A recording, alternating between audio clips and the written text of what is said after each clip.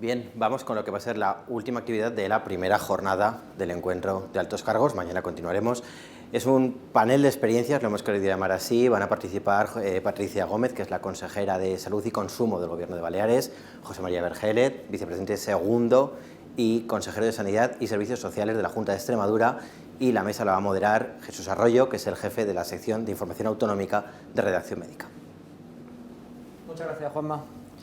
Con lo peor de la pandemia del COVID ya superado, es el momento de sentarse a reflexionar y de ponernos a recapacitar en todo aquello que se ha hecho bien y lo que se ha hecho mal en la pandemia. Pero también hay otros temas que han quedado en agendas pendientes durante este casi año y medio que hemos vivido del virus, donde deberíamos también de volver a sacar de los cajones para volvernos a poner en primera plana, como así necesitan los pacientes y los ciudadanos. Me refiero a temas tan candentes como la reforma de atención primaria, el déficit de profesionales sanitarios, la gestión de las listas de espera y un largo etcétera en el que en estos momentos trabajan las administraciones sanitarias. Para conocer de primera mano estos retos, que seguro que en muchos casos ya han apartado al COVID y han empezado a ganar peso en las agendas de las diferentes consejerías de sanidad, en este 10º encuentro global de altos cargos sanitarios nos acompañan dos consejeros que seguramente bien podrán hablarnos de estas tareas en primera mano. Ya hechas las presentaciones por parte de mi compañero Juan Manuel, vamos directamente, si lo desean, a dar paso a la primera pregunta que yo creo que debería de hacerse antes de ahondar en los principales temas que hay sobre la mesa. A raíz de la pandemia del COVID, Patricia, José María Vergeles, quería preguntaros qué ha dejado el virus como experiencia de cara al Sistema Nacional de Salud. ¿Qué hemos aprendido de esta pandemia para que no vuelva a ocurrir cosas que se han hecho mal y cosas que se han hecho bien durante el virus y que así podemos mejorar en otras facetas del área? Vergeles, consejero. Bueno, en primer lugar voy a agradecer a Redacción Médica y a Sanitaria que haya querido contar en este panel con la presencia de la Junta de Extremadura. Se lo tengo que agradecer porque yo creo que en todo este tiempo que hemos vivido una época online, Redacción Médica ha estado a la altura de las circunstancias y entonces pues es además un motivo de felicitación, aparte de la línea editorial que tiene la propia Redacción Médica, que yo creo que es muy útil para informar al sector al sector sanitario, ¿no? En segundo lugar, discrepo con uno de los términos que has utilizado en tu introducción. Has llegado a decir que hemos llegado a entender que podemos hablar en pasado de la COVID y no podemos hablar en pasado de la COVID, ni mucho menos. Y lo que vivimos es que la COVID se acumula a otras cosas a las que hay que dar respuesta, porque estaban antes de la COVID, algunas han sido transformadas, otras han sido relativizadas y otras han sido magnificadas, ¿no? Esa es la situación. Con respecto a la pregunta que haces de qué es lo que hemos aprendido, yo creo que lo que hemos aprendido, en primer lugar, destacando lo positivo, y siempre que creo que hay que tener un poco más de tiempo para mirar esto en perspectiva, porque hasta ahora solo hemos tenido malos resultados, quiero decir, solo hablamos de fallecimientos, solo hablamos de contagios, solo hablamos de transmisión comunitaria descontrolada, solo hablamos de todo este tipo de cosas. Yo creo que hay que mirar esto un poco con perspectiva para que nos demos cuenta si las actuaciones que hemos hecho han servido para salvar vidas o no. Pero independientemente de esto, hay algunas enseñanzas importantes. Primero, la COVID, nos guste más o nos guste menos, ha supuesto una prueba de estrés al Sistema Nacional de Salud. Prueba de estrés que yo creo que ha pasado con creces. Con todas sus luces, todas sus sombras, pero la ha pasado con creces. Segundo, creo que nuestro Sistema Nacional de Salud se asienta sobre un modelo de cogobernanza que con sus luces y sus sombras también, y yo creo que hay que perfeccionarlo algo más, pero yo creo que hemos tenido un modelo de cogobernanza en el Consejo Interterritorial del Sistema Nacional de Salud muy importante. Tercero, creo que tenemos grandes profesionales. Cuarto, creo que tenemos unos valores dentro de nuestro Sistema Nacional de Salud que ha permitido que la sociedad crea en la ciencia, y eso nos ha hecho ser uno de los países líderes en la vacunación, ¿no? ¿Qué cosas ha acelerado la COVID? Ha acelerado la transformación digital. Lo que antes no se entendía, ahora pues se entiende. No solo se entiende, sino que esta mañana me encontraba con un médico en uno de los actos que he estado y me decía que ahora tenía más consultas telefónicas que consultas presenciales a elección de los propios pacientes, cuando los políticos solemos decir otra cosa cuando estamos en oposición. Pero esto es tan así como que estamos aquí. Y yo creo que nos ha enseñado a relativizar. Es decir, yo creo que todos los consejeros y consejeras hemos aprendido que esto ha sido tan duro, que está siendo tan duro, que cuando ahora te vienen con algunos problemas que antes eran tremendamente gordos para el sistema, para el Servicio Regional de Salud correspondiente, pues ahora lo ves con una perspectiva donde es como si el sistema de valores estuviese cambiado. Consejera, desde Baleares, ¿qué aprendizaje ha dejado la pandemia que pueden ayudar a aplicarles a mejorar el sistema sanitario balear? Bueno, buenas tardes primero a todos y a todas. Muchísimas gracias por esta invitación, siempre un placer. Y en este maravilloso estudio que a uno le apetece casi salir a cantar y a bailar, está muy bien diseñado.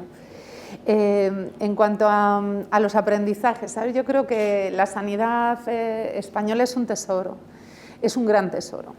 Y hemos sido conscientes pues de una manera como en estado de shock, ¿no? O sea, nos hemos puesto en estado de shock y nos hemos dado cuenta que tenemos un sistema sanitario fuerte, pero que también es muy importante invertir en él. Es muy importante mejorar la financiación, mejorar la inversión, cuidarlo. Nos hemos dado cuenta también, como decía José María, que tenemos unos profesionales capaces de adaptarse absolutamente a todo, capaces de dar respuesta. Y no solamente los profesionales sanitarios, porque claro, hay gran parte de los medios de comunicación, estáis y habéis estado haciendo un trabajo permanente de información. Yo creo que hay pocos temas tan informados como la pandemia, ¿no? Y otros muchos profesionales que están trabajando en el ámbito de la salud, que con su trabajo diario pues han sido capaces de comprar en China de noche, trabajando de madrugada para poder casar con los horarios de allá. Y mucha gente, muchos profesionales que te das cuenta que han aportado lo mejor de sí mismos y no solo sanitarios, ¿no? Hoy despedíamos a los soldados, por ejemplo, en Baleares hemos podido contar con muchísimos soldados, que fuimos la primera comunidad que los solicitamos, y entonces nos lo decían, ¿no? ¿Y cuánto hemos aprendido? Yo también les he preguntado, digo, espero que hayan aprendido un poco de disciplina militar también, y también, quiero decir que cómo se han coordinado las instituciones, los profesionales, las personas. Creo que también tenemos que aprender de eso, que claramente 1 más 1 suma mucho más que 2 en este caso, ¿no? Desde el Ministerio pienso que se ha hecho un papel fundamental en cuanto a la coordinación, reuniones diarias, semanales, hemos ido avanzando también con la pandemia, ¿no? Pero un sistema de salud que nos permite gestionar las diferencias de cada comunidad autónoma, que son muchas, pero al mismo tiempo de una manera coordinada y durante mucho tiempo pues, muchísimo consenso en todas las decisiones, ¿no? Pienso que también hemos tenido una sociedad tremendamente disciplinada. Aunque veamos incumplimientos, y yo soy la primera que los creo que salgo a la calle y los estoy viendo, o sea, que tenemos una mirada pues muy puesta en el incumplimiento, creo que tenemos una sociedad que nos ha dado también muestras de lo que es capaz. Y a mí me hace pensar que ahora, de cara a seguir trabajando, ¿no? Tenemos que incorporarles mucho más en las decisiones. Sí. Porque, claro, es una sociedad inteligente a la que a veces tratamos de manera paternalista, muy paternalista, y lo que debemos pretender es incorporarles mucho más a las decisiones, ¿no? Creo que son muchos. José María ha apuntado otros clarísimos también, y debemos de seguir apostando pues, por esa transformación digital, por ese sistema sanitario cooperación permanente. Lo que hemos hecho, o sea, es verdad, yo espero que cuando acabe la pandemia pues no haya la misma actitud positiva de reforzar unidades, de montar, de que unos anestesistas de un hospital se vayan a Ibiza, de que se presten recursos, se vayan incorporando, etcétera, ¿no? Yo creo que hay mucho aprendizaje y que es el momento ahora de parar un poco, reflexionar y seguir manteniendo pues todo lo positivo. Pues para ello estamos aquí, para reflexionar y hablar de todo lo que queda pendiente en otras áreas, como decíamos, porque como bien comentaba el consejero de Extremadura, una de las zonas de las áreas que más ha tensionado por la pandemia ha sido la atención primaria. Recientemente han estado en Canarias para hacer una propuesta de reforma de atención primaria, tienen hasta finales de año cada comunidad para hacer sus iniciativas a esa reforma que se quiere relanzar desde el Ministerio de Sanidad, y quería preguntarles a cada uno de ustedes cuáles creen que serían esas líneas estratégicas que debería de seguir esa nueva reforma de atención primaria que propone el Ministerio aunado con las comunidades autónomas. Consejero. Yo creo que no hay que perder la referencia de lo hecho. Por eso me parece muy importante que resucitemos el marco estratégico de atención primaria y comunitaria, que se publicó en el BOE, que después vino la pandemia, que truncó que pusiésemos en marcha las distintas acciones con una calendarización más o menos adecuada. Si bien es verdad que hay algunas cosas que se han acelerado, ¿no? La primera que se ha acelerado es que yo creo que los profesionales de atención primaria y los pacientes, más que los pacientes, las personas, lo que están pidiendo son acciones, no son una P21 nueva, una P25 nueva, un plan estratégico de no sé qué, no. Yo creo que tenemos que hacer poquitas cosas, pero hacerlas. Yo creo que tenemos que demostrarle a la sociedad que cuando nos sentamos en los órganos de toma de decisiones, sean conferencias sectoriales, sean partes de esas conferencias sectoriales, somos capaces de llegar a acuerdos, pero también de poner en marcha acciones. Entonces, el primer objetivo que yo creo que compartíamos todos los consejeros y consejeras con el Ministerio que tuvimos en Canarias fue que se iniciase allí mismo el trabajo del plan de acción. Esto creo que debe quedar absolutamente claro. De firme voluntad de apostar por ese nivel de atención. En segundo lugar, yo creo que hay una serie de cosas que son absolutamente inexcusables que hagamos. Inexcusable. Primera cuestión. Creo que la atención primaria de salud, a la atención primaria de salud, mejor dicho, no se la puede volver a comer la demanda. No se la puede volver a comer la demanda. Y para eso necesitamos trabajar sobre programas que gestionen la demanda de forma avanzada, incorporando elementos que hasta ahora no hemos incorporado, que muchos tienen que ver con la prevención de la enfermedad y con la promoción de la salud. Y, evidentemente, incorporar un nuevo modelo de consulta que ha irrumpido como consecuencia de la COVID, que son las consultas no presenciales. Con todos los parabienes éticos, con todos los parabienes deontológicos y con todos los parabienes legales. Porque detrás de eso, que es un acto sanitario, que es un acto médico, que es un acto de enfermería, significa esto. Segunda cuestión ineludible. Los equipos de atención primaria están formados por distintos perfiles profesionales. Y cada uno tiene que desarrollarse profesionalmente de forma autónoma, sabiendo trabajar en equipo. Y además debe hacerlo quedando conectores para poderse coordinar con otras partes del sistema. Con el sistema de protección social, por un lado, y con los especialistas del nivel hospitalario, por otro. Y eso se llaman procesos de atención. No podemos migrar a una cartera de servicios donde volvamos otra vez a repetir lo maravilloso que fue para la modernización de la atención primaria en su momento, en la década de los 80, de los 90, pero no podemos volver a ese concepto, porque el concepto de cartera de servicio en los hospitales es completamente distinto al concepto de cartera de servicio dentro de la atención primaria de salud. Por lo tanto, tenemos que buscar un conector, y el conector se llaman procesos asistenciales, donde la persona note la continuidad de la atención y nosotros lo que hagamos sea ofertarle una cartera de servicio para que esa persona note esa continuidad de la atención. Y la tercera vía, la tercera cuestión, es algo que comentaba Patricia con toda la razón del mundo, y es que hemos descubierto que hemos hecho mal las cosas desde el punto de vista de la participación comunitaria en salud. Y esto creo que hay que reconocerlo. Hemos sido capaces de medicalizar a la sociedad. Y yo creo que es el momento de pensar que estamos ante una sociedad madura y necesitamos definir claramente un modelo de participación comunitaria en salud que permita que la sociedad se convierta en aquellos a los que hay que rendirles cuentas, pero además que sean dueños de su destino, haciendo su diagnóstico de salud comunitario. Que, por cierto, no inventamos nada, ¿eh? A los que les gusta citar a Alma Ata, esto ya venía en la declaración de Alma Ata. O sea que parece que estamos inventando la rueda.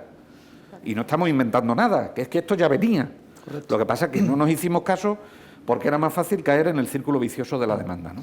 Luego iremos a la conectividad y sobre todo la financiación que usted menciona, porque al final todos estos proyectos que se proyectan sobre la mesa necesitan una financiación tanto para el profesional como para el paciente.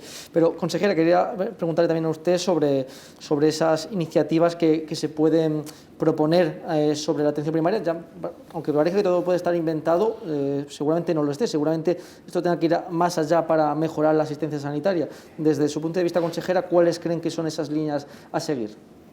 Bueno, yo creo que, por una parte, creo que es para felicitar al Ministerio la iniciativa y la voluntad que también tenemos de poner en la agenda política la atención primaria. Yo lo comentaba la semana pasada en el Congreso de SENFIC, quiero decir que no se ha hecho con ningún otro tema que se podría haber hecho. Hay temas muy importantes como la salud mental, la cronicidad, y en cambio sí está puesta la atención primaria en la agenda política de todas las comunidades autónomas. Por lo tanto, es un paso importante.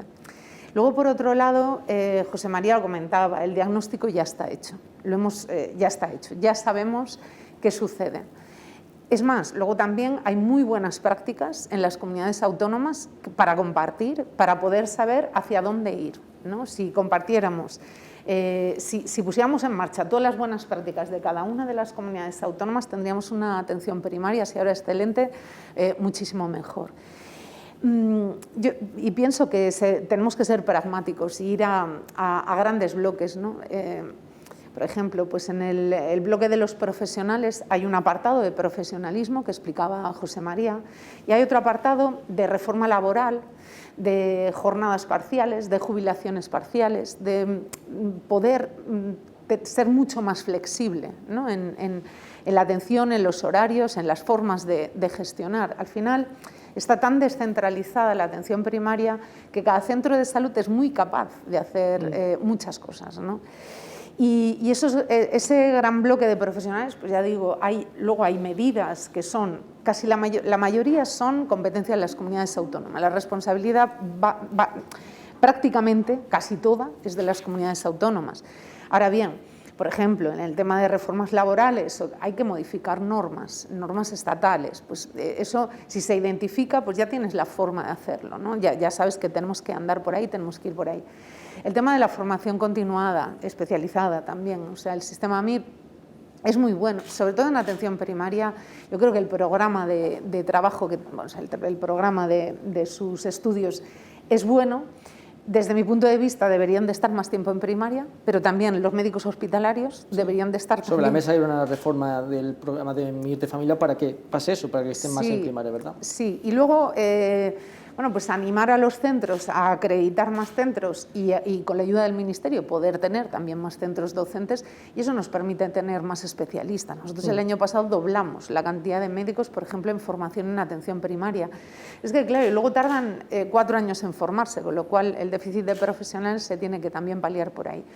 Creo que hay otro gran bloque que es el de investigación, innovación, nuevas tecnologías, que es importantísimo. y el aprovechar también pues, todos los proyectos de fondos europeos. Vemos que el Ministerio también está pues, con la voluntad de invertir, o un plan INVEAT, como se ha hecho en los hospitales de tecnología, a ver si hay posibilidad de hacerlo en primaria y poder seguir avanzando, ¿no? en todos estos proyectos. Y luego, José María lo ha comentado y no voy a entrar tampoco, pero está pues, la parte clínica de la atención, ¿no? de cómo definir mejor los procesos, la cartera de servicios y tal. Pero yo creo que hay unos grandes bloques definidos y perfectamente se pueden identificar acciones para ya llevarlas a cabo. ¿Qué falta para llevarlas a cabo? ¿Por qué no se llevan ya a cabo? Porque sobre la mesa ha habido varias reformas que no han terminado de consolidarse. Bueno, yo la semana pasada que tuve la oportunidad de estar con los coordinadores de atención primaria, tanto administrativos como médicos como enfermeros, de todos los centros de salud de Mallorca, yo les decía, en esta comunidad autónoma, yo hablo por mi comunidad autónoma, hemos incrementado el presupuesto de primaria alrededor de un 30% desde el 2015.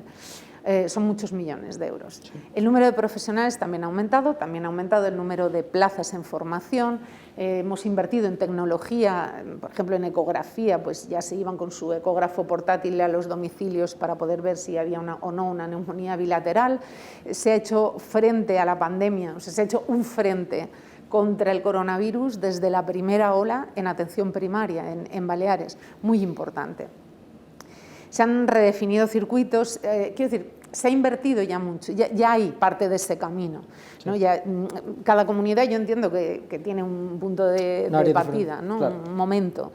Entonces, bueno, eso está hecho, hay que seguir trabajando en esa línea, ¿no?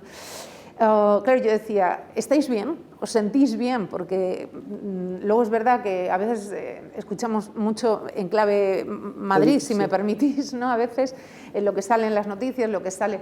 Y entonces parece que todos estamos igual. Y yo creo que hay diferencias, hay grandes diferencias también entre comunidades autónomas. Hay que creérselo. Y luego yo creo que tenemos la fortuna...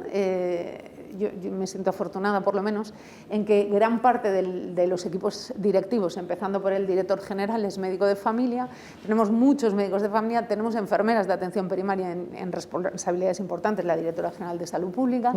Entonces, esa visión de primaria yo creo que se tiene desde el primer día. Y también teniendo en cuenta que durante la anterior crisis económica, los mayores recortes se sufrieron desde atención primaria. Entonces, bueno, pues yo pienso que hemos tenido claro cómo se debía de revertir ese modelo y ahora pues nos toca seguir avanzando. No partimos de cero, ninguna comunidad autónoma. Consejero, volviendo a lo que mencionaba antes usted de la conectividad de atención primaria, que entiendo que se refiere al seguimiento del paciente a través de su profesional sanitario, no sé si hay suficientes médicos, profesionales sanitarios que se encargan de esa conectividad actualmente. Es que el proceso los procesos asistenciales no requieren de perfiles profesionales nuevos. Requiere que se hable el mismo lenguaje para dar continuidad a la atención de la persona. Entonces, yo detesto que se inventen perfiles nuevos como consecuencia de introducir determinados procesos asistenciales, porque la inversión inicial es una resistencia exclusivamente al cambio, a introducir ese cambio, a creernos que esto es posible. Antes, cuando preguntabas qué cosas hacen falta para que la primaria tire para adelante, que la primaria, y te lo dice un médico de familia, sí, que la primaria saque pecho, que no caiga en el victimismo, que hay mucho de victimismo, y que seamos capaces de trabajar en conjunto, administración y profesionales. Porque yo creo que ahora sí es el momento.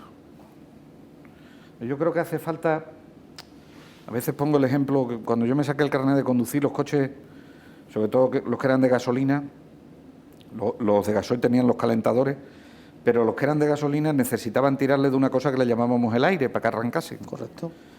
Bueno, pues el aire es lo que necesita primaria para ponerse en marcha.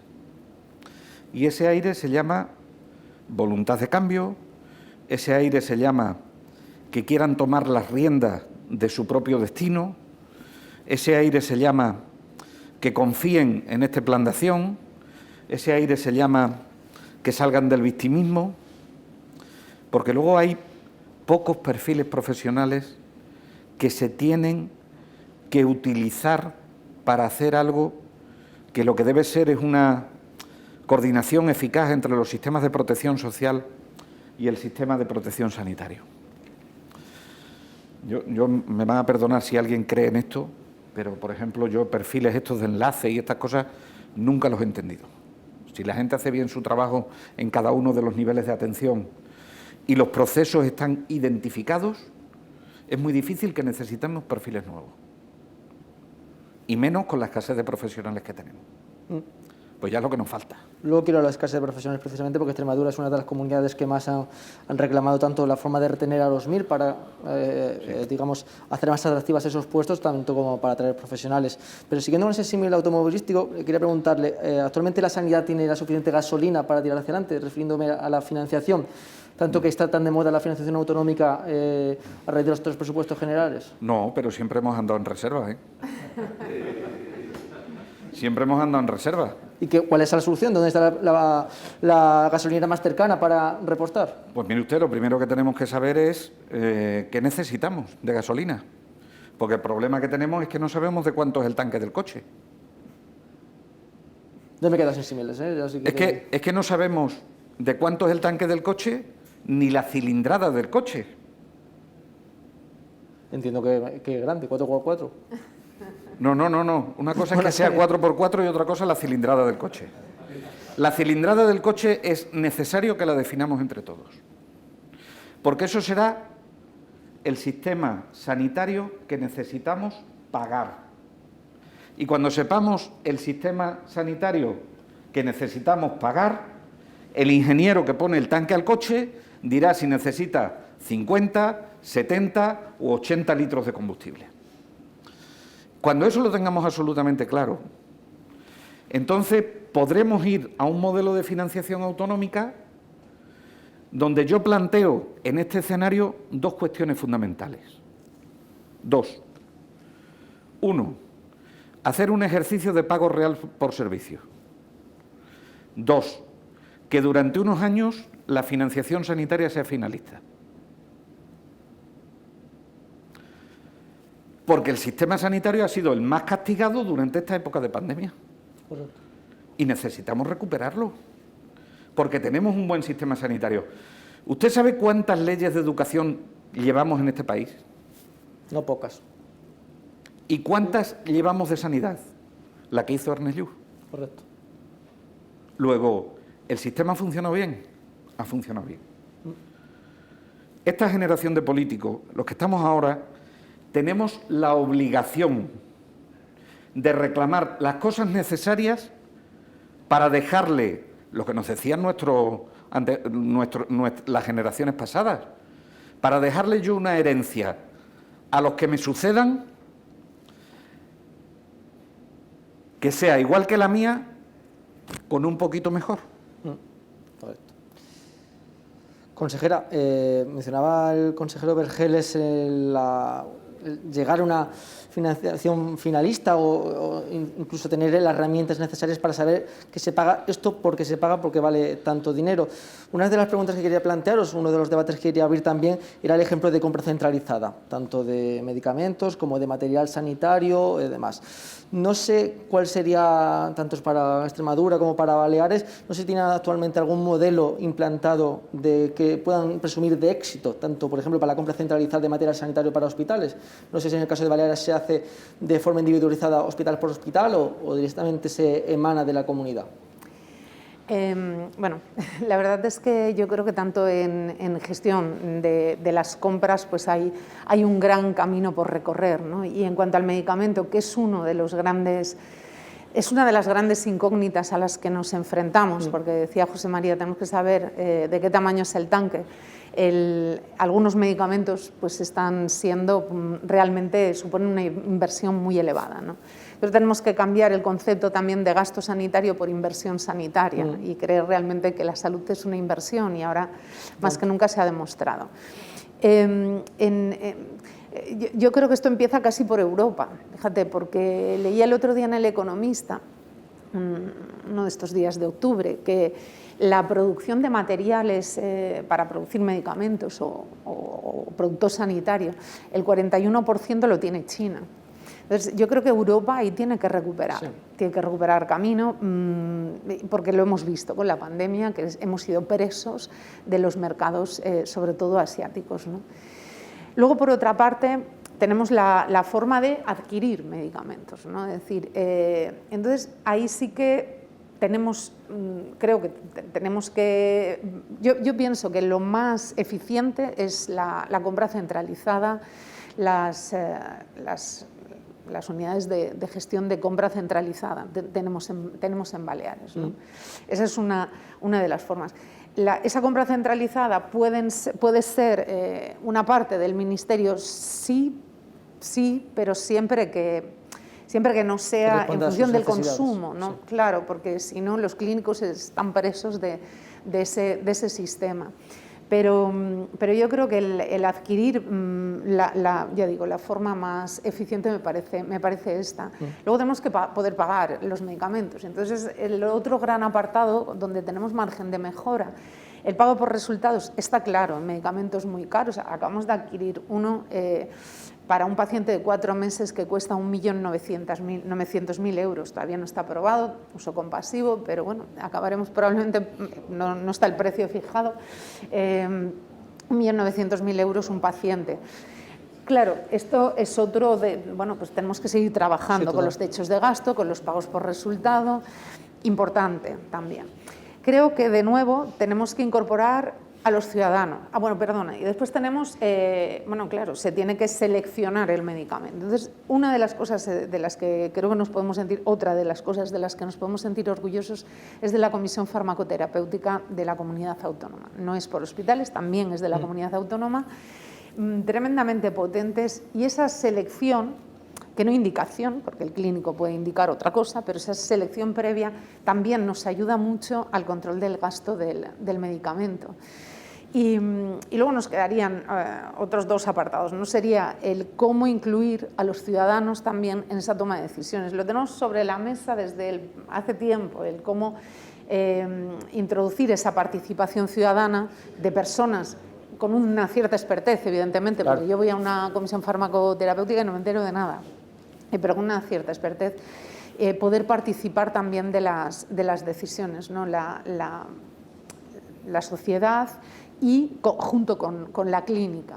Porque también necesitamos que la sociedad entienda el coste de los tratamientos, el uso racional, la adherencia a los tratamientos, muchas cosas, ¿no? Entonces, es un proceso muy amplio. Total. Que tiene grandes márgenes de mejora. Y si me permites, lo último, ya para fijar el precio del medicamento, creo que debería de ser más transparente el coste de producción.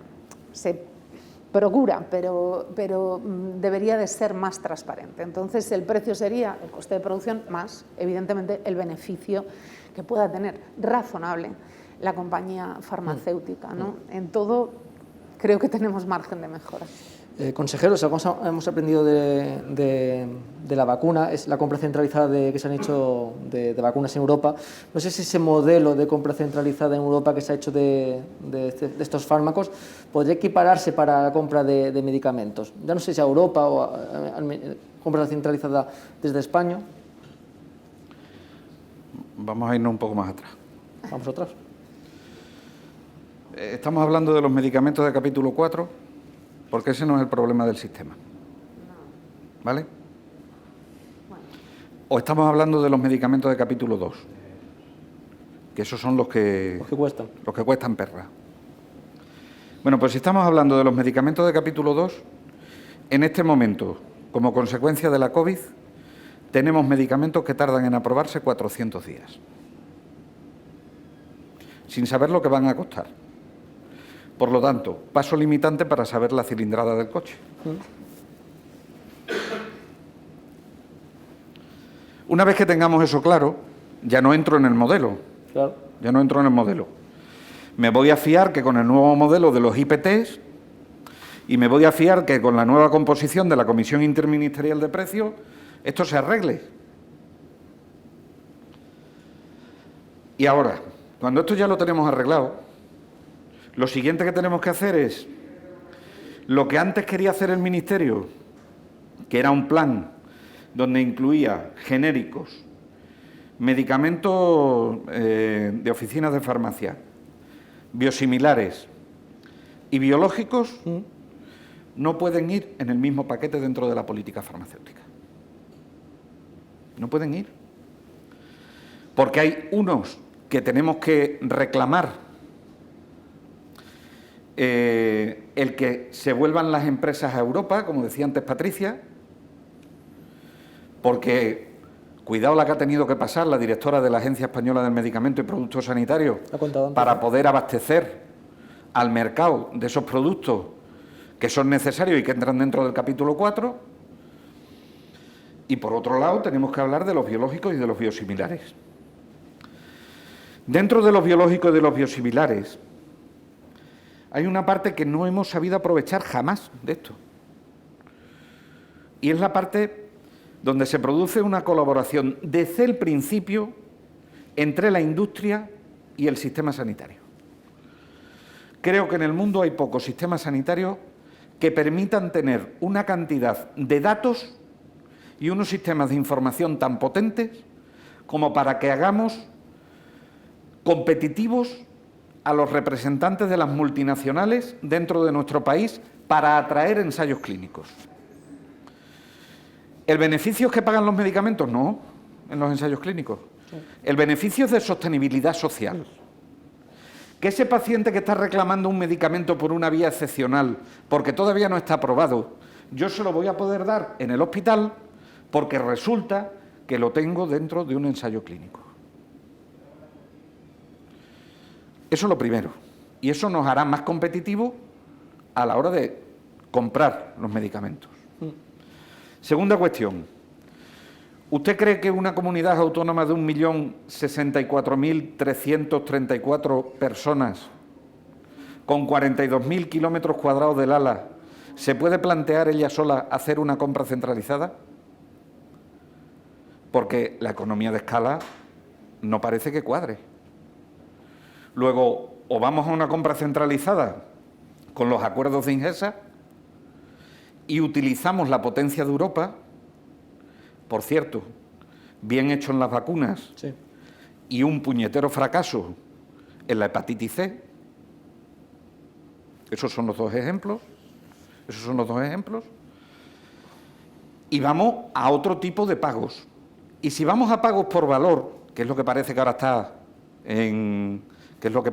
de moda, Sí, tendremos que saber a qué llamamos valor. Porque es que aquí la gente habla con una ligereza impresionante. Porque es que si empezamos a hablar de esto, ¿a mí cuánto me cuesta el calendario vacunal? Porque eso sí que tiene valor. Yo no podría pagar el calendario vacunal. Entonces, tendremos que saber a qué llamamos valor y, ojo, una vez que sepamos a qué llamamos valor, tenemos que tener las herramientas en el Sistema Nacional de Salud para evaluar que tenemos ese valor con ese medicamento. Por lo tanto, yo creo que hay que hacer una serie de reformas antes de definir el modelo al que queremos ir. ¿Sirve la compra centralizada? Sirve. ¿Sirve la compra de riesgo compartido? Sirve. ¿Sirve el pago por valor? Sí.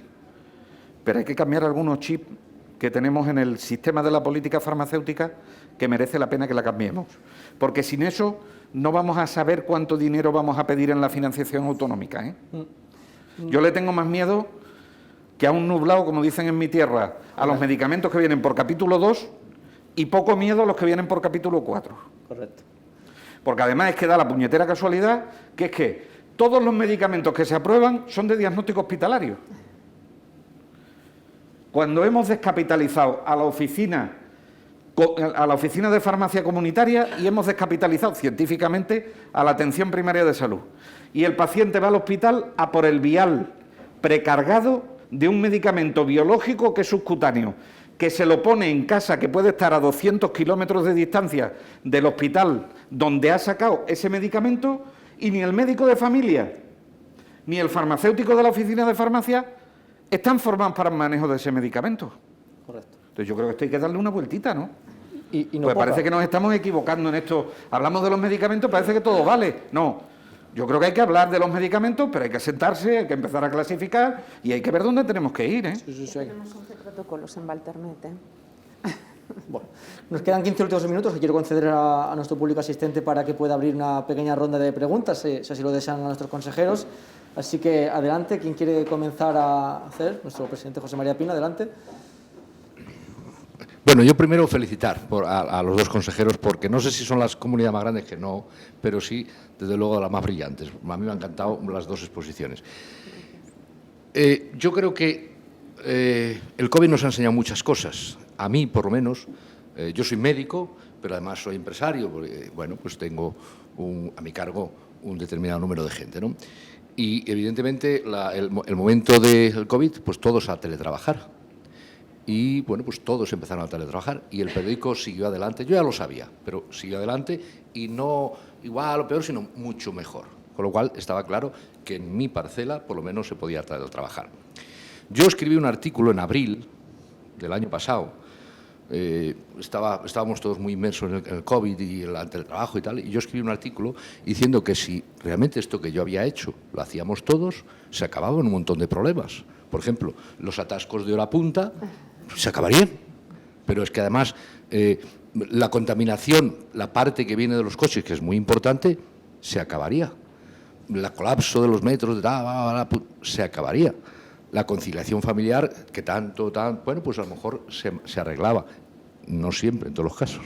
Pero bueno, yo creo que había muchos temas que se arreglaban. Entonces yo digo, bueno, pues uno toma ejemplo y yo digo, bueno, si yo he escrito eso y porque pienso eso y además creo en eso, pues voy a hacerlo. Y nosotros en Redacción Médica, en Sanitaria 2000, pues lo hemos puesto en práctica. Actualmente estamos todos teletrabajando, los 40 personas que hay, pues lo que hacen es que se dividen en turnos por aquello de pues verse, conocerse, etcétera, pero en cada día 8 se ha reducido y hemos cambiado un poco la filosofía de la empresa. Dicho eso, yo he escrito una cosa porque la pensaba y la he ejecutado. Todo el mundo del trabajo es muy bueno. ¿Cuántas reuniones hemos visto que eran absolutamente innecesarias, que nos gastábamos un día entero y una cantidad de dinero inmenso y al final dices, bueno, pues esto lo resuelvo en 10 minutos por una llamada, una videoconferencia, ¿no? Pero quiero decir que es mucho todo, pero luego a la hora de la verdad, ahora mismo todavía, ¿quién está teletrabajando? ¿Cuántas empresas han decidido hacer el teletrabajo? ¿Cuántas lo van a hacer? ¿O cuántas prefieren tener a sus empleados allí? Y centrándonos en el sistema sanitario, antes el consejero de Extremadura comentaba, José María, pues que sí que ha habido muchas teleconsultas y que todavía se siguen haciendo. Yo creo que todavía son muy pocas, que se podían hacer muchas más. Pero es que no solamente es el médico teleconsulta. ¿Por qué esos médicos que hacen teleconsulta no trabajan en su casa? Yo eso no he visto que lo haga nadie. Es decir, hay médicos o enfermeras o auxiliares o no sé cuáles que podrían hacer el trabajo que hacen unos determinados días al menos desde su casa. ¿Hay alguna comunidad que haya puesto en marcha eso? Es decir, oye, no solamente que las consultas, la mitad de ellas se podían pasar, porque desde luego estaréis conmigo que el 80 o me he pasado, el 60% de las consultas de venga usted 6 meses, meter una radiografía analítica y le digo lo que tiene y ya está, desde luego eso se puede solucionar por teléfono o una videollamada. Pero visto lo visto, ¿por qué no se hace con el profesional sanitario? Esos que hacen, porque sí se hizo, en la época del COVID, había médicos que hacían consulta en su domicilio. ¿Por qué? Para que no se contagiaran, porque eran mayores, porque eran muchas historias. Pero eso se quitó, COVID, se acabó. Evidentemente hay que darle instrumentos, hay que dar armas al médico que está en su casa, que tenga en el ordenador el sistema, que tenga una serie de cosas, que pueda diagnosticar, que pueda tratar y que pueda tratar, efectivamente, y que el sistema, la receta electrónica esté ahí. Yo me creo, a lo mejor estoy equivocado, y por eso pregunto, ¿ha dado alguna consejería algún paso en ese sentido? Esa es un poco la cuestión. Es decir, que mucho es teletrabajo, tal, sí, pero ¿Hemos hecho algo práctico de verdad? Consejero.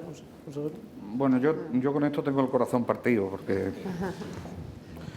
Sí, porque desde mi ideología socialdemócrata creo que el teletrabajo va a tener que redefinir al mundo sindical.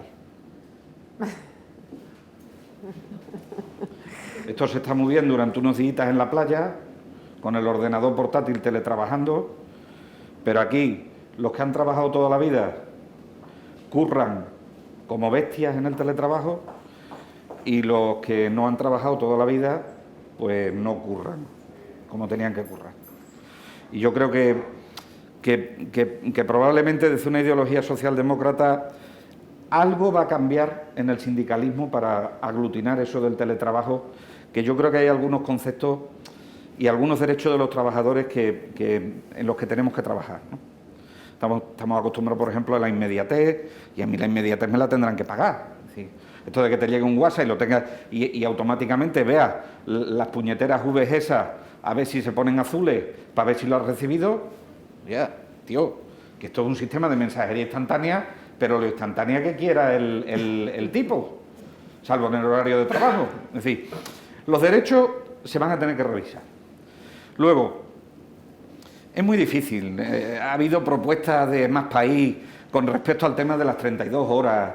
Eso es muy difícil en un sistema donde lo que tienes es una atención presencial y en un mundo eminentemente rural donde los ciudadanos y ciudadanas acuden al médico porque no está montado bien todavía el proceso de atención de los sistemas de protección social y de los sistemas de protección sanitaria. Hay una definición en el libro de la consulta interior de Neisburg, que a mí me gusta mucho, del profesional de primaria, que dice que los profesionales de primaria somos aquellos que solo sabemos 3 diagnósticos. Hay mucho de esto últimamente, lo tuvo y lo ha vuelto a coger, y si no mejora, venga la semana que viene. Eso, lejos de ser una definición peyorativa para el profesional de atención primaria, lo que viene a decir, oiga, el profesional de atención primaria lo que prioriza es el proceso. Y atiende el proceso. A veces sin etiqueta diagnóstica. Porque no tiene etiqueta diagnóstica, tiene sufrimiento, tiene lo que tenga. Y eso es muy difícil. Y luego hay 2 herramientas que yo creo que deben desarrollarse para poder ir a ese modelo que estás proponiendo. Que yo no digo que no sea difícil, que no sea posible, pero nos quedan 2 herramientas. Nosotros estamos preparados para las e-consultas, estamos preparados para la relación entre persona y profesional en un entorno no presencial. Se podría hacer. Pero nos quedan 2 herramientas fundamentales. Y creo que el tema de la receta electrónica es lo menos importante de todo, porque se puede hacer también. No hay problema en hacerlo. Primera cuestión, teleasistencia avanzada, seguimiento. Creo que es muy importante que la política tractora del mecanismo de recuperación y resiliencia, que hace referencia al incremento de las capacidades sanitarias, se conjugue con la política tractora del mecanismo de recuperación y resiliencia de la economía de los cuidados. Porque la teleasistencia avanzada es la gran oportunidad que tiene el sistema sanitario y social de entenderse y poder seguir los crónicos a distancia. Primera cuestión. Segunda cuestión, que yo creo que es importante que la pongamos en marcha, es todo lo que tiene que ver con aquello que afecta a la parte de la inteligencia artificial. Tecnológicamente, creo que tenemos que avanzar hacia unos datos honestos que nos permitan tomar decisiones sobre esos datos que hagan una medicina más predictiva. Y con esa medicina más predictiva, no digo personalizada porque yo personalizo todo lo que hago en mi consulta, pero siendo más predictiva la medicina que se hace, la enfermería que se hace, pues habrá alguna parte, y probablemente lleguemos a ese 60-40 en lugar del 70-30, que podamos tomar la decisión de que haya una parte de los profesionales que se puedan quedar en casa al menos algún tiempo. Por ahora, yo me aventuraría a decir 70% presencial, 30% online. Nosotros sí. Nosotros sí tenemos. Nosotros tenemos 70-30. Ahora, los médicos están allí, están en el centro de salud, porque tenemos otro gran hándicap, y es cómo llevas esa información sensible para que no sea ciberatacada hasta el último rincón. Y esto es un tema de ciberseguridad que se está poniendo encima de la mesa. Y esto es un tema que hay que trabajarlo con mucho detenimiento también, ¿no? Por lo tanto, aunque estén allí, sí estamos tendiendo a ese 70-30 en la conjunción de consultas presenciales y consultas a demanda. Y luego hay una cosa que hace mucho daño, que es la política malentendida. Yo en el Congreso de Hospitales creo que fue donde lo dije. El consejero de Madrid contesta las mismas propuestas de impulso que contesto yo en la Asamblea de Extremadura. Nos separa ideológicamente una franja muy importante. Él desgraciadamente es amigo, pero es del PP, no puede ser perfecto, y yo soy del PSOE. Pero las oposiciones lo que están reclamando por el populismo es consulta presencial, consulta presencial, consulta presencial, consulta presencial. Pero es que lo más curioso es que Enrique y yo probablemente respondamos lo mismo a los que nos preguntan en la Asamblea. Quiero decir que yo creo que tiene que haber una especie de pacto para salir de esto, aprovechando la corresponsabilidad que tiene Europa a través del mecanismo de recuperación y resiliencia para abordar algunos problemas que son de esa índole de la que estás comentando, ¿no? Nos queda menos de un minuto, pero me gustaría también escuchar la opinión de consejera a la respuesta a la pregunta que le hacía José María. Pues la verdad es que me da muchísima envidia, porque a mí, es decir, que siempre estoy muy abierta a los cambios. Creo que tenemos que escuchar más a la sociedad y a veces les imponemos, ¿no? Y si escuchamos, yo pienso que hasta los 60 años, gran parte de los pacientes querrían ser mayoritariamente atendidos de manera por videollamada, teleconferencia, vídeo, lo que sea. Entonces, claro, a mí me da envidia porque, claro, lo podemos hacer, lo hemos hecho. Nosotros compramos portátiles, todos tienen acceso a RELE, al sistema de receta electrónica, y se ha estado haciendo, ¿no? Ahora, ¿por qué no seguir haciéndolo? Pues a mí me parece que sí, que se tiene que hacer, se tienen que flexibilizar las jornadas, se tiene que ir a jubilaciones parciales, la gente tiene que ser feliz haciendo el trabajo de las 8 horas cada día, y el trabajo en algunos ámbitos, y sobre todo pienso que el médico de atención primaria, que tiene un campo infinito, nosotros desde la administración les encorsetamos a estar unas horas sentados viendo 30, 40, 50 pacientes cada día de cada día. Y entonces eso yo pienso que tenemos que buscar formas de conciliación, pienso que se puede hacer perfectamente desde el domicilio, y sobre todo que si les escuchamos a los pacientes, a los ciudadanos, irán por ahí seguro, irán por ahí seguro. Muchas gracias, consejera. Muchas gracias, consejero. De cualquier forma, yo creo que va por ahí el futuro, no me cabe ninguna duda, pero es que compañías como Telefónica, que es muy importante, ha desarrollado una compañía expresa para desarrollar las consultas telefónicas, por videoconferencia o videollamada o sin videollamada. Pero yo creo que el futuro está ahí. Lo que falta es decir, todos estamos de acuerdo, pero hay alguien que se ponga a decir, ¿se puede hacer? Claro que se puede hacer. Y hay muchas empresas ya que lo están haciendo, que lo han hecho, ¿no? Y hay que hacerlo. Pues con esto ponemos punto y final a este panel de consejeros. Muchas gracias por venir, en nombre de Redacción Médica, por vuestra participación, por vuestra opinión. Juan Manuel quiere dar la última despedida a este encuentro. Simplemente agradecer a los que nos han estado escuchando hoy durante esta primera jornada. Continuaremos mañana a las 9:15 de la mañana, o sea que tempranito por los canales oficiales de Redacción Médica en YouTube y en Facebook Live. Gracias José María Vergel, gracias Patricia Gómez y a ti Jesús por la moderación. Gracias a vosotros. Mañana seguimos. Gracias.